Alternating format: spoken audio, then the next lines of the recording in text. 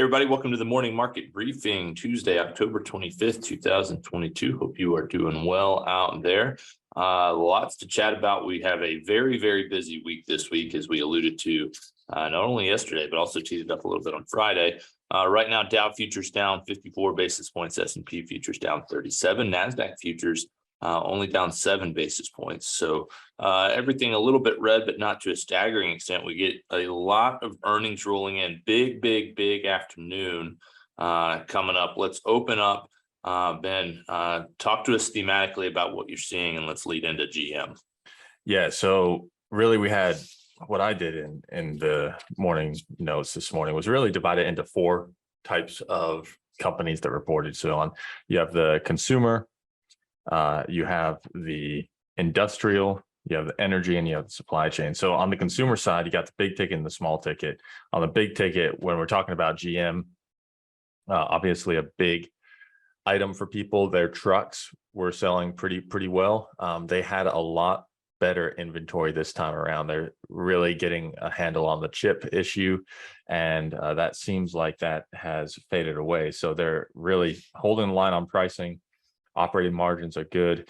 The strategy, when Mary Barrett talked about in her investor letter this morning, was all about electric vehicles, growing volume, scale, and profitability of that business. So they want to have vertical integration of all of this electric vehicle stuff. So battery materials all the way through to the end product. Part of that means higher upfront costs, but then you should have greater leverage on those costs going forward. So if electric vehicles really do take off, GM stands to benefit really the most, along with Tesla, in terms of actual operating profitability, because they're all in on it and they're putting the money up now to make the returns later. Downside is if electric vehicles do not take off, then GM is out all this money and doesn't have any way to flex down. So I thought it was a solid quarter. They didn't talk much about the macro. I think that'll be a big question on the conference call. But at least for now, the market seems like it's taking the results fairly well.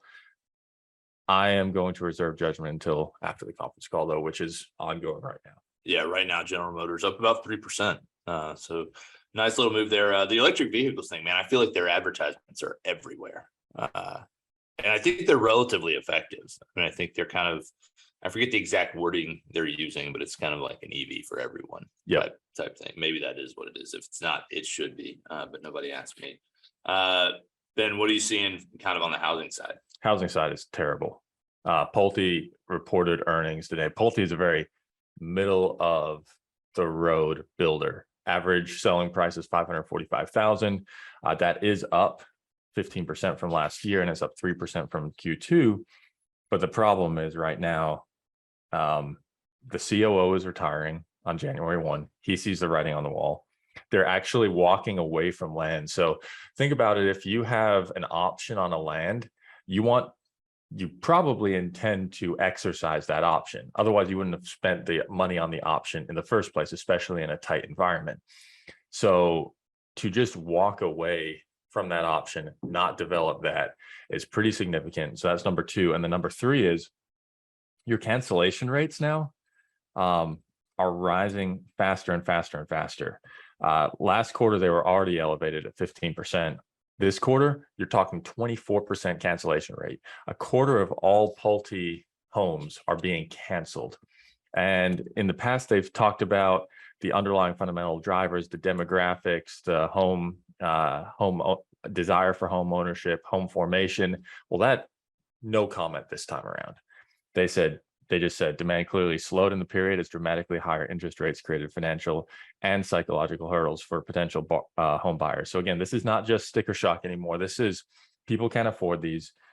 And I think they see the writing on the wall, and the housing market is crumbling as we speak.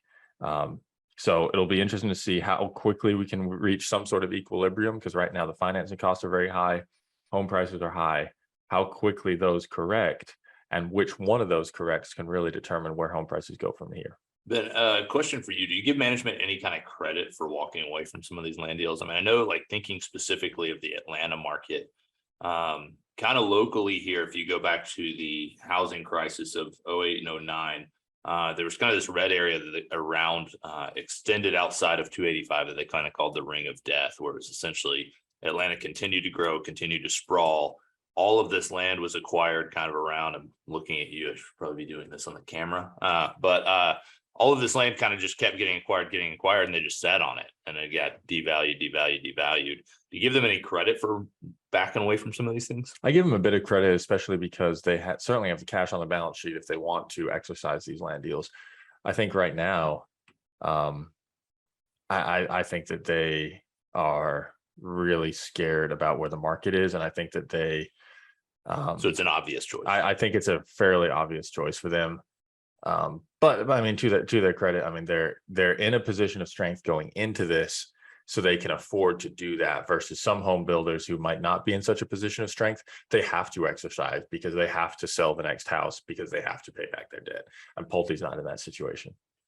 On the small ticket side, seeing a lot of pushes on pricing, not a whole lot of indication that things are really slowing down on that front, which is probably a bit of a read through on kind of the everyday inflation piece as well. Yeah, we saw the same thing with Pepsi, pricing up 12% for Coca-Cola. North America pricing is actually up 15%. And that's up from 10% last quarter. And they said as it relates to their 2023 guidance, they said they're encouraged by the underlying top line momentum and will leverage our capabilities to sustain top line growth amidst the ongoing inflationary backdrop. That's simply management speak for get ready because more inflation pressures are coming and we're going to continue to raise prices aggressively. And my question would be to Tom is anybody listening to this at the Fed? Does Jay Powell get onto the Coca-Cola conference call and actually listen to what they're saying? Because if you're listening to Coca-Cola, if you're listening to Pepsi, if you're listening to Procter & Gamble, prices are going up. They're not coming down. Yeah, I mean, I think the interesting thing is that the messaging seems to be the only people we can go after for increasing prices is oil companies. Because really, in reality, you could go after Coke and say, hey, you guys are perfectly profitable at X level. If we could just slow it down for a couple quarters, throttle these prices, we could actually get maybe a handle on this stuff. But I don't think the Fed is listening at all. I don't think they really have a grip on how to fix this problem. And I think that, they're going to continue raising. I mean, to your point yesterday, it looks like futures are starting to come down a little bit in terms of expectation on hikes. I still think the problem is going to be the numbers are going to come out hot and they're going to get more aggressive and the risk is always to the upside. I don't think that there's going to be any downside to them throttling downward, right? That's only going to be positive for market, positive for bonds, positive for everybody. And so there's no risk there. So from my perspective, I say you firmly plant yourself in a position where you are looking to duck and cover on hikes and not, be in a position where you could potentially benefit from a non-hike scenario because, one is a positive no matter what. It doesn't matter if you're positioned in one way, which is to prevent loss, and then they pivot, that's awesome. It's awesome for everybody. But if they don't, and you're planning on that pivot based on what they've said and what there's, all these Wall Street Journal articles are coming out, because at the end of the day, the data is the data, and we're seeing higher prices everywhere. Coke, Exxon, Procter & Gamble, I mean, you name it, there's prices up. Archer Daniels, you're saying they're up 23% on pricing. I mean, costs are going up, inflation is going up, and they're not doing anything that really is affecting it at the moment. And so I would say, buckle up. I think they're going to continue to raise. Yeah, I think they have to. I mean, I understand at a high level the market reaction from Friday to the Wall Street Journal article. I just don't know how that remotely gels with the data. And although I don't really think the Fed's sitting around listening to the conference calls, I think there's got to be some recognition of it somehow. I hope so. I mean, you got 800 people employed there. I think one person would be paying attention to what you're saying, some recognition of the data. So going back briefly, Pulte Homes down about 0.75%, Coca-Cola up about 2%. Very mixed bag as it relates to industrial companies. Ben, what are we seeing with some of those? We heard from General Electric, 3M, Raytheon. Yeah, if you sell, basically the theme is if you sell to an aerospace company, you're doing well. If you sell to the government, you're not doing well. defense is a little bit of an air pocket here. I think that if you look out into 2024, then you can probably start to see a little bit more growth on the defense side. And even on the renewable energy side, although the Inflation Reduction Act will help to spur demand there, that's going to be a little bit of an air pocket too. And we're seeing that from GE. But on the aviation side, tremendous growth, good order momentum when you're looking at GE and Raytheon. We're increasingly intrigued by Raytheon is what I would say. And I think they had some really good results and really good commentary in terms of what their aerospace division is doing, which is now about 50% of their business. They have a Pratt & Whitney business, which was formerly of United Technologies, one of the 3 big engine manufacturers in the world. And they raised guidance fairly significantly on that division. 3M, I just wouldn't pay much attention to 3M. They do some defense, they do some consumer, they do some more industrial, but they're just extremely poorly managed. So, but if you're looking at GE, if you're looking at Raytheon, aerospace strong, supply chain easing a little bit, easing logistics inflation, but you still have the pressures of just pricing in general, but aviation is quite strong. Raytheon down just a tick right now, 3M down close to 3%, GE up 1.69%, so nice number there. Energy, Valero, Halliburton. Obviously, I would expect the energy sector to be very much under the microscope given the oil environment that we are in, but it's not necessarily all good news for everybody. Yeah, Valero is one of the largest oil refiners there down in the Gulf Coast, PAD 3. And they just take a lot of the cheap oil and refine it into expensive products. And they are making unbelievable margins right now on those refined products. But the question is, how long can this be sustained? Obviously, the Biden administration is not a fan of it. Halliburton,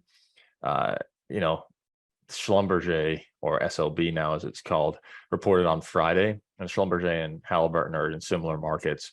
And SLB kind of front ran Halliburton, and Halliburton's up a little bit this morning, but overall the commentary on the oil field services guys are pretty strong. Good deal. Lastly, let's talk a little bit about the supply chain stuff. Yeah, we're definitely seeing some easing in the supply chain. There's less product being shipped through the network, which is helping on the cost side. There's fewer labor pressures. And so I think that's good news. 3M talked about it. UPS has talked about it. UPS is actually up a little bit right now. And then even ADM, pretty clean results. Archer Daniels Midland's the agriculture company. So overall supply chain easing, I think, relative to where it was last few quarters. Big evening tonight. We'll hear from Microsoft. We'll hear from Alphabet. We'll hear from Visa, possibly a good read through on the overall economic picture, also Texas Instruments. We joked about this kind of before. I think the temptation in an environment like this is to try to make a call on some of these companies and, rework the portfolios. To be clear, we're not necessarily doing that, but what are you guys looking for from these folks as they report? I think Microsoft and Google will probably steal the headlines. I'm actually most intrigued by Visa. I'm most intrigued by Visa too. I think that right now, we care about the consumer. Where is consumer going? And I think that's ground zero for it. Yeah. I mean, obviously, in terms of sizing of positions, Microsoft and Google are going to be big. But I feel like you get less data from those companies. Visa is going to be a huge read through on where money is moving. And I think that's going to be the biggest takeaway for me as well. Excellent. Lastly, WhatsApp down for about an hour. Could hurt. Yeah, I started seeing these tweets overnight about this. It's almost laughable here, but in some countries, that's how they communicate. They don't really have the iMessage. This is how they communicate to one another. And WhatsApp was down for an hour, and it's probably not going to be consequential in terms of an economic impact, but from a going the day before they report earnings, it's just not a good look. It's always bothered me that they don't call it WhatsApp. Yeah. I mean, May's spelled family like that. uses it almost exclusively in Ireland. They all use WhatsApp to communicate. Yeah, it's very high on the list of things that I understand a lot of people use, but I don't understand why. Yeah. But it's definitely not relevant here, but it is everywhere else. Good stuff. We'll wrap it up there. We will be back tomorrow morning. We've got just a full week of earnings. I think we're trying to kind of build the matrix of where companies are right now. I mean, overall, if you had to grade performance of the companies that we're most interested in, relatively decent start, I feel like, to earnings. Yeah, I think the term B plus grade is way overused. But I think this is a B plus. Yeah, which is, I mean, unless you're Snapchat, right? Yeah. Like I said, the companies we're interested in. Yeah. So we'll wrap it up there. We'll be back tomorrow morning at 8:30. Hope you guys have a great Tuesday, and we'll talk to you soon.